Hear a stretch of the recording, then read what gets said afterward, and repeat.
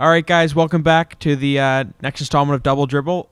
Today we have a special guest, Barstool Greenie, if you want to introduce yourself. How's it going, guys? Like you said, this is Barstool Greenie. Appreciate you guys, letting me be part of your show. No problem. For sure. Good afternoon, all right? Coming. It's the afternoon, right? Good afternoon. Yeah. Hey, before we start the interview, can you follow both of us on Twitter?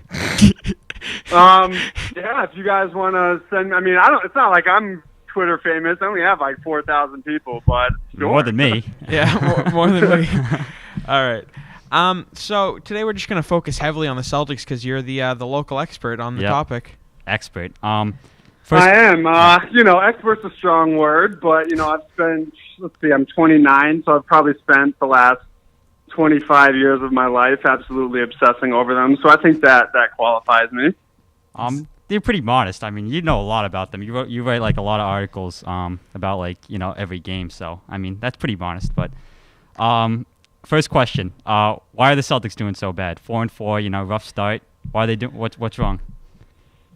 Well, it's hard to pinpoint it. I think, and I sort of fell into this trap to start the year too, where I automatically was under the impression that everything that happened last year would automatically transition to this year. But from what we've seen through the first, 7 or so games, that's not exactly true. But I'm not one of the green teamers that is already standing on the Zacom ready to jump off just because, they're an incomplete team. And even once everyone comes back, I want to see them play, 10 to 15 games together before I start to really form an opinion.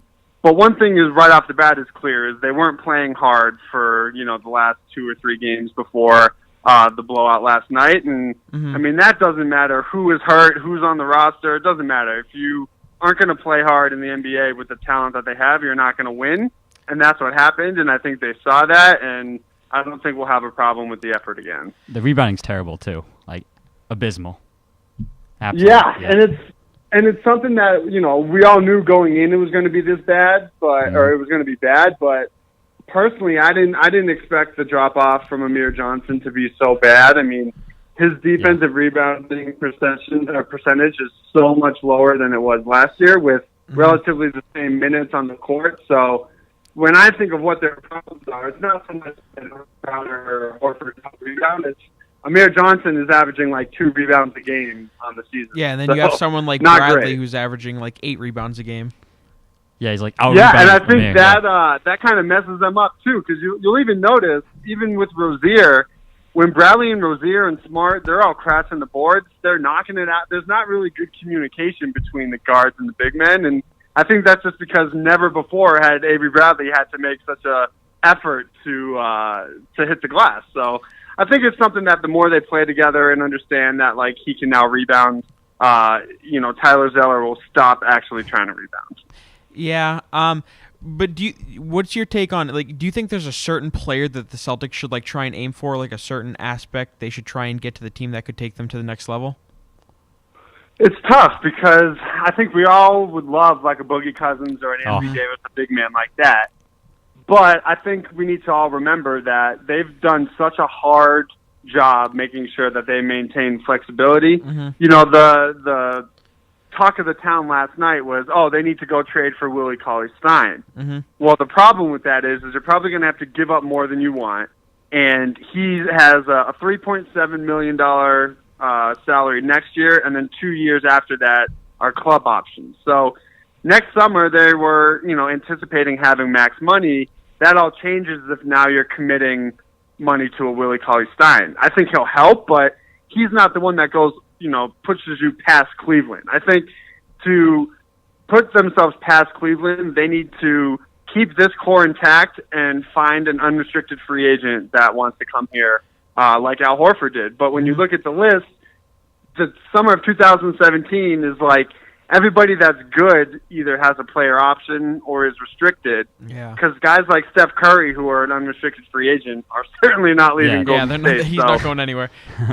But no, so I think it's tough because, I would love to trade for Boogie, but if you have to empty your cupboard to get him, are you even that much better than you are right now? Yeah, because the stigma that comes with the Celtics is that we don't really have that star player. We have a great amount of role players and bench players like Isaiah Thomas in the long run. He's not a superstar, but he puts up big games like last night with 29 points where he'll lead us to victory. And we have great guards like Bradley and Smart, who are some of the better defenders at the guard position in the league.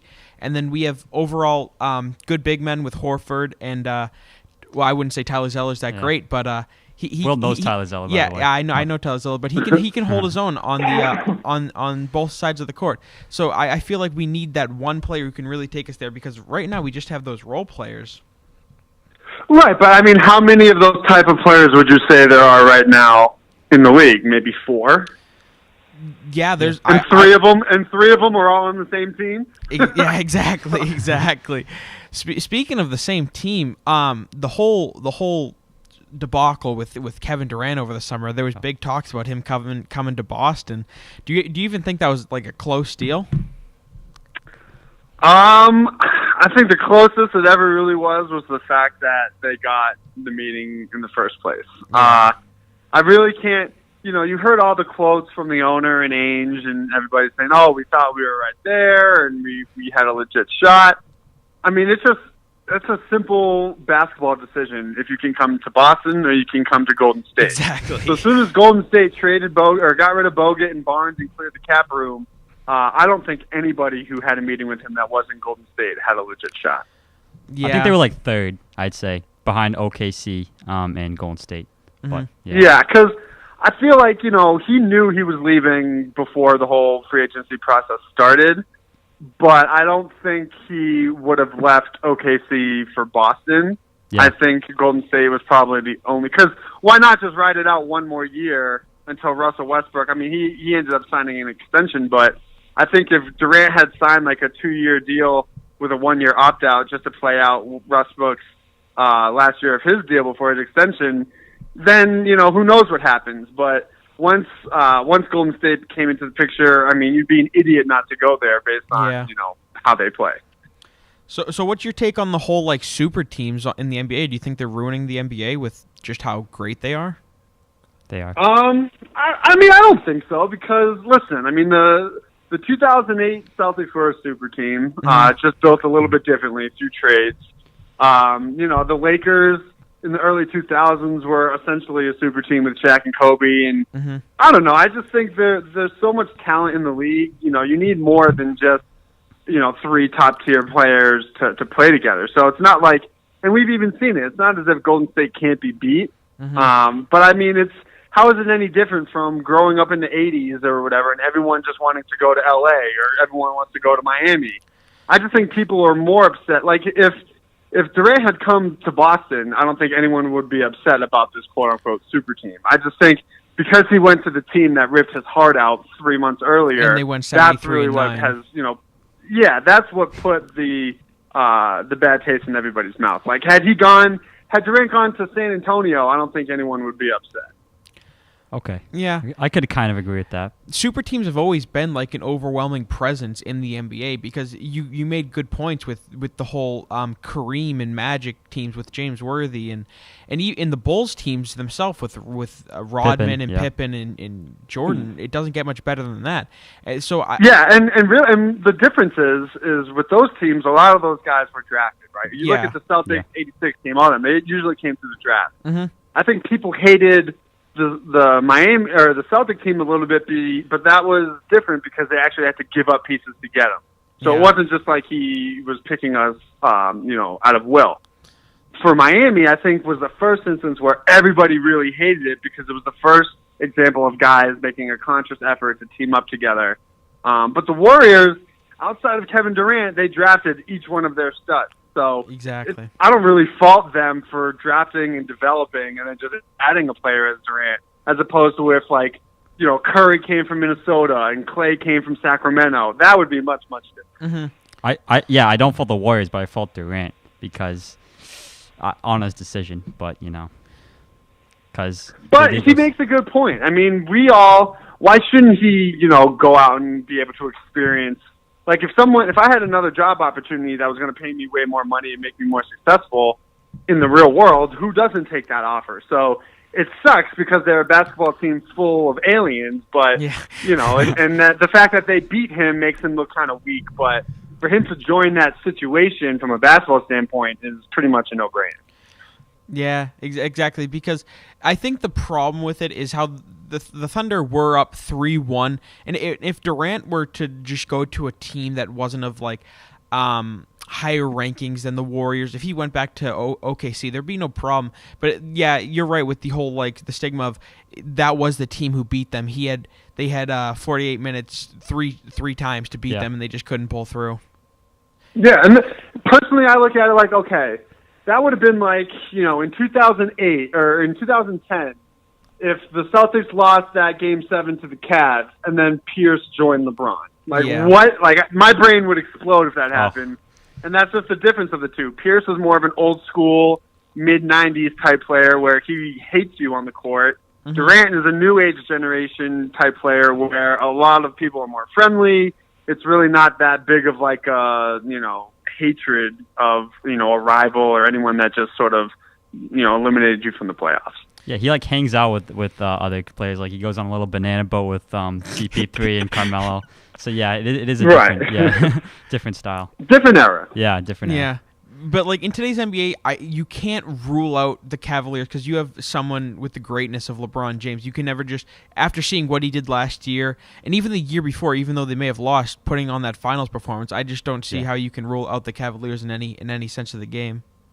No, I mean, for me, they're still the favorite until otherwise. I mean, you know, sure, adding Durant makes them a whole different animal, but, I mean, who on Cleveland is stopping LeBron? And like you said, they're deep enough where, you know, had they had a healthy Kevin Love and healthy Kyrie Irving the first time they played the Warriors, maybe they'd win that one too. So, yes, Durant makes them tough, but LeBron is still the best basketball player on the planet by a huge margin. Mm-hmm. So I'm with you. I don't think until he's done giving, you know, playing and hangs it up, he's always going to be in the conversation, you know, for finals MVP, all that.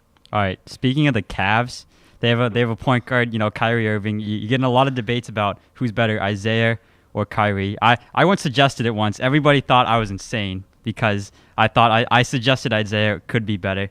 Everybody thought I was insane. So give you reasoning. Why do you think Isaiah is better than Kyrie? Well, guess what? You're not insane. Thank you. Thank you. And this is honestly, I'll probably take this, you know, this is the hill that I'm going to die on because people can't get over the fact that Isaiah puts up top 3 point guard production despite him being 5'9". Mm-hmm. So incredible. What I always like to tell to those people that are just like you were if the roles were reversed and Kyrie Irving was putting up the exact same production that Isaiah was and Isaiah was putting up the production Kyrie was, everybody would say Kyrie Irving is a better player because he's 6'3" or whatever. That honestly, I lose a lot of sleep over it because it bothers me because it's a production business.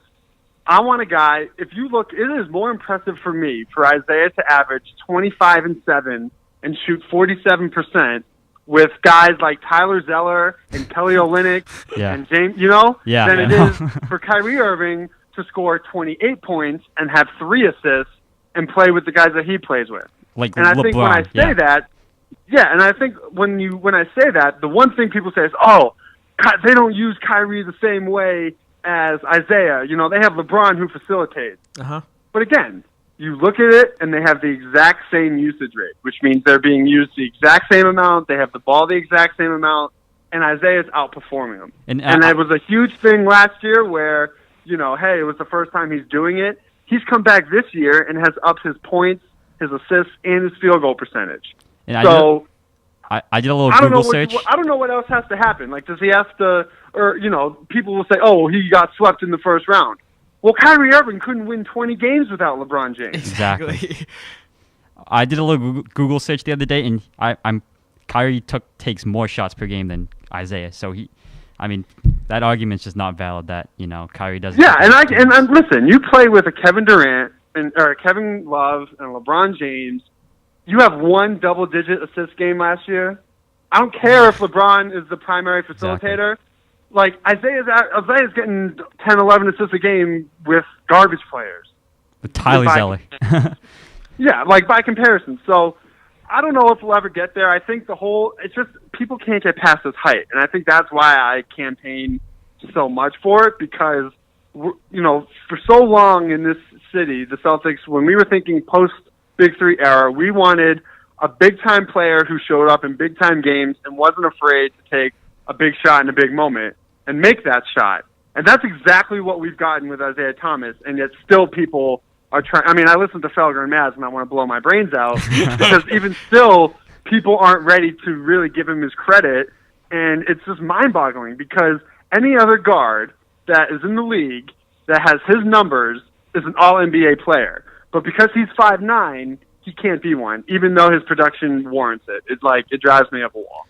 Has anyone ever called you blinded by the green because of your takes, saying that since he's on the Celtics, that you a few times, you can imagine, just because, I mean, listen, you see him and he'll have a game where, the Celtics will struggle and it's all his fault. But that's why I was just trying to say, listen, all I'm doing is I'm looking at the eye test.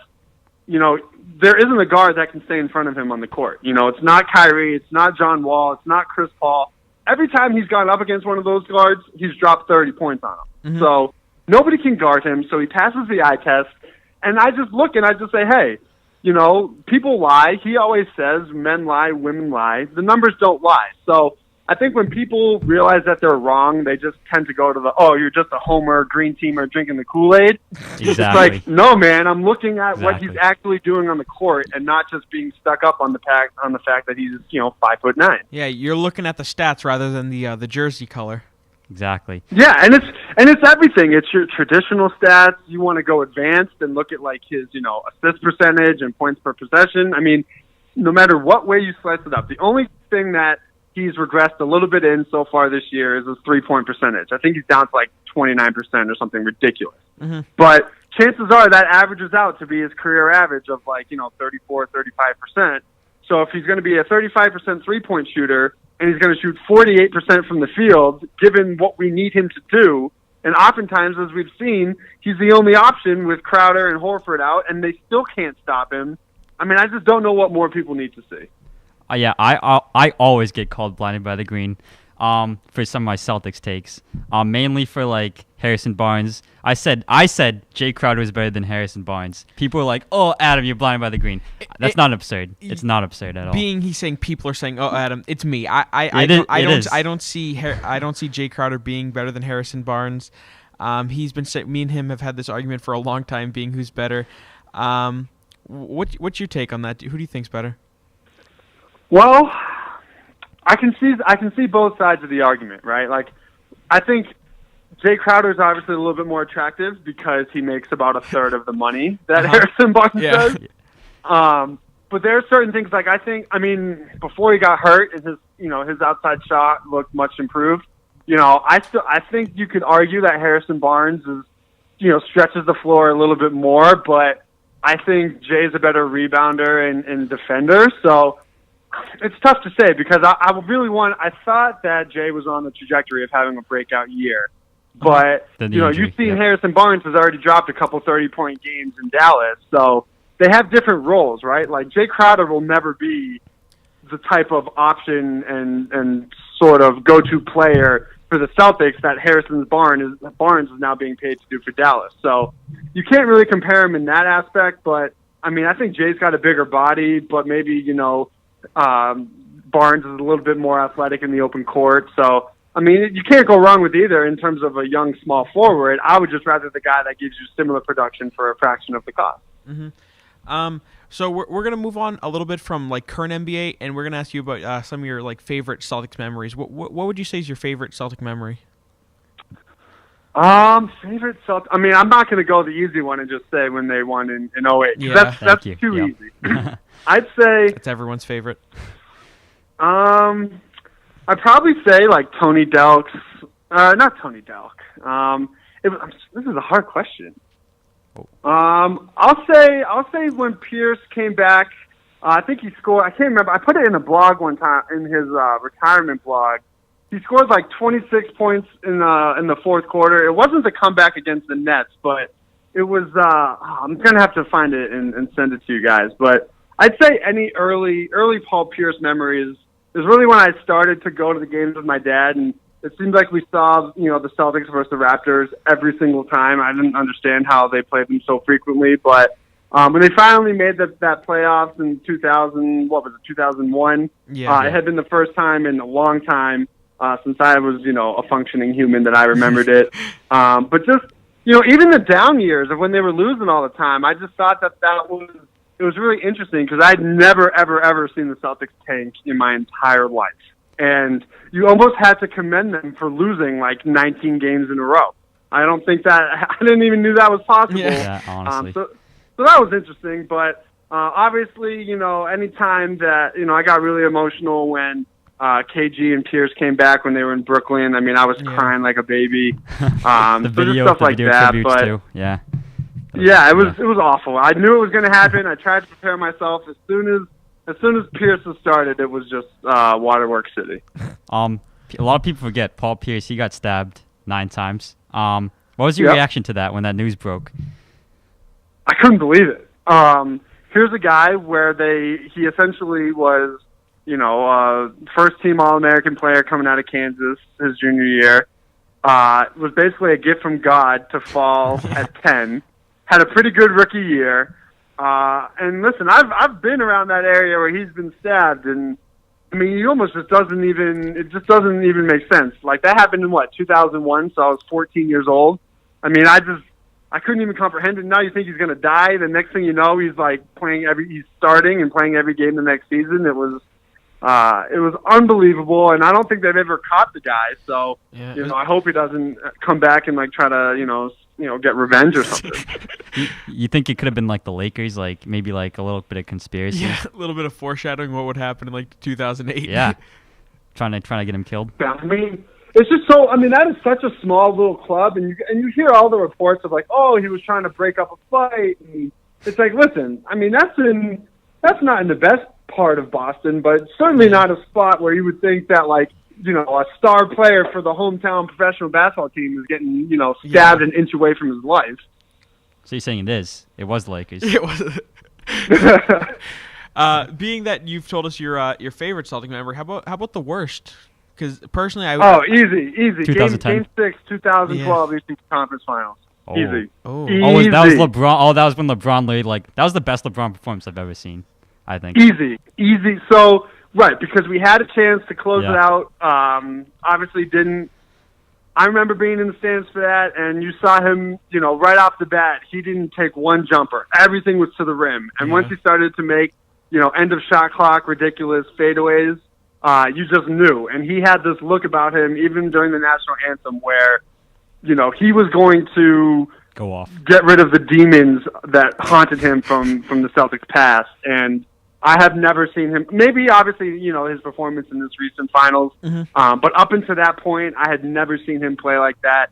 So then to lose that terrible Game 7 in Miami, which was absolutely ridiculous. Brutal loss. Yeah. I remember I was at a friend's house. It was his birthday. We all went out to the bar. I was just in like such a depressed mood. I just got in a cab and went home. I couldn't even handle it. Were you wasted? No, I couldn't drink. I couldn't eat. I couldn't do anything. I was like, I was just sitting there on a bar stool, and people were having fun, and I was like, I just can't be here right now. And I just left the bar, walked a couple blocks, found a cab, took it to my apartment in the North End, and just watched 2008 highlights until about 4 in the morning.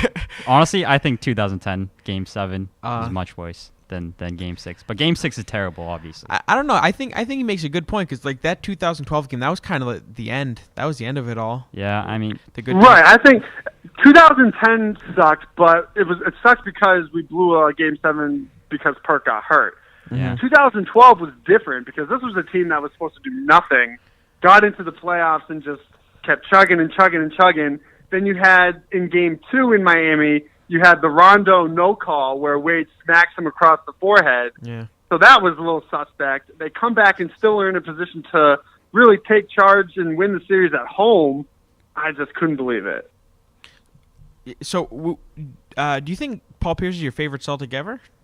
Seeing you for my I mean, to me, he means the most. I mean, Larry Bird will always be my favorite Celtic of all time, but for my generation and growing up, when I did, Paul Pierce was my Larry Bird. So I'd say it's probably like Larry 1A and Paul Pierce 1B, just because he was everything that you're not going to probably get again in the league nowadays, where someone's going to stick it out for 15-plus years, stick it through the dark years when they can't win a game. But it wasn't always easy. I mean, he demanded trades, but he stuck it out, and I was the same type of player as him, where we're deceptively quick. We move at a slow pace, but we're going to get to where we want to go on the court and get the job so I done. kind of related him. Yeah, I wasn't like a 6'8", talented, athletic basketball player like him, but we did share that, common trait of I'm sure you had your moments. Quick. I'm sure you had your moments. Yeah, deceptively quick. Yeah. You think I could beat you one-on-one? I think I could beat you one-on-one. We're talking about a 5'9", Asian kid. I'm like 105 pounds. 105. I could take. Hey man, Isaiah's only 5'9". Yeah, exactly. Don't forget that. Yeah. All right. So that's gonna conclude the interview. But where do you see yourself in a couple of years? What's your dream job looking like? So my dream, I don't know if you guys are familiar with Barstool or how much you guys read it, but big fans. As they've continued to expand, I've been trying to talk to Prez about, having a spin-off sort of Barstool NBA section like they do with baseball, because, I think at the moment and sort of how I've approached it is I've really been the only one that's approached the NBA like I do. I mean, we have bloggers that do a lot of the trendy, viral, funny stuff, but nobody really talks about the actual league. So my hope is that, people continue to click on the blogs and buy some shirts, and then hopefully there's enough interest where we're able to, have a strictly basketball section of the site. Because I have some cool ideas with that, and I think with some of the new hires that they've added, we could provide a lot of, electric content there. And it's just such an untapped market. It's kind of scary that, it hasn't happened yet. Mm-hmm. I could help you out because I follow Prez on Twitter. He doesn't follow me back. I follow him, so I could maybe like put a little word in. Help me out here. I'll put a little word in. I'll tweet at him today. Don't worry. Yeah. How about all the fans tweet at Prez, hire Greeny. Yeah. Please do. Hire Greeny. It's something that I was not a journalism major. I went to Arizona State, so I was not. This was not something I thought I would do. I wasn't a writer. I didn't have any interest in being, a little J journalist. It was something where I noticed that there wasn't any Celtic coverage on the site, so I just made my own site and wrote it and updated it. And he tweeted something out about Isaiah, and I sent him a link, and here we are. So for the people that do read it, it's something that still trips me out to this day. When I write something and then check it the next day and it's on Barstool, a site that I read every day for, 5-6 years, it's crazy. So I'm definitely appreciative of the guys that read it. If you haven't and want to, they are a little long. I do not apologize it. I do get a little carried away, but I think it's all in good fun. No, that's great. We'd like to thank you for coming on to the show. It was great having you. Yeah. Great having you. Oh, no problem, guys. Anytime. Follow us on Twitter. I'm not some. I remember where I came from. So anytime you guys want to talk about something or have a question, feel free to hit me up. Yeah, it would be great having you back on the show sometime. Yeah. Absolutely. All right. Make sure everyone who's listening follow him on Twitter at Stool Greeny. That's STOOLGREENIE. Good job spelling. Yeah. Make sure everyone follows him and check out his articles on Barstool Sports. They're great. Get them They'll be there. There was two up today, so they're there for you. Yeah, we love reading them, and we're glad we had you on. Thank you for calling in. All right, guys, have a good Saturday. All right, we'll talk to you later. Bye. All right, peace. Yep. All right, there we go, guys. Yep. That was the interview with the infamous Barstool Greeny. Infamous. So that's probably going to be all for it this week. It was a short one, usual, just 30 minutes, but nothing really happened this week in basketball. No, not really. I mean, John Wall got ejected a couple times. Oh, he did. Yeah. Melo got ejected yesterday too. Yeah. I think. 76ers got their first win. Pelicans got their first win. And didn't Paul George throw a shoe in the stands, get ejected or something like that? Yeah, I mean, come on, man. Just an odd week. Ball. Just an odd week in basketball. We had Curry breaking the 3-point record. Yeah, as expected. Yeah, it was after his 0-10 performance. That was pretty special. Good recovery. Yep. Yeah. I don't know. Anything else happened this week? Nothing really. The Celtics sucked, but they got a win yesterday. So they did get a win, led by Isaiah, 29 points. Great performance. I think the Celtics could use you on the boards. Yeah. Tyler Zell is not cutting it. Boards. He's not cutting it. Yeah, Tyler Zell is not really doing it for the team, but I'm gonna try and get Tyler Zeller on the show. I mean, he comes in the Stop and Shop. Will, you haven't seen him in a while, but you should next time he's there. Yeah. All right, that's gonna be all for this week, guys. Yep. Thanks for tuning in. We'll talk to you later. Bye. Yep, bye.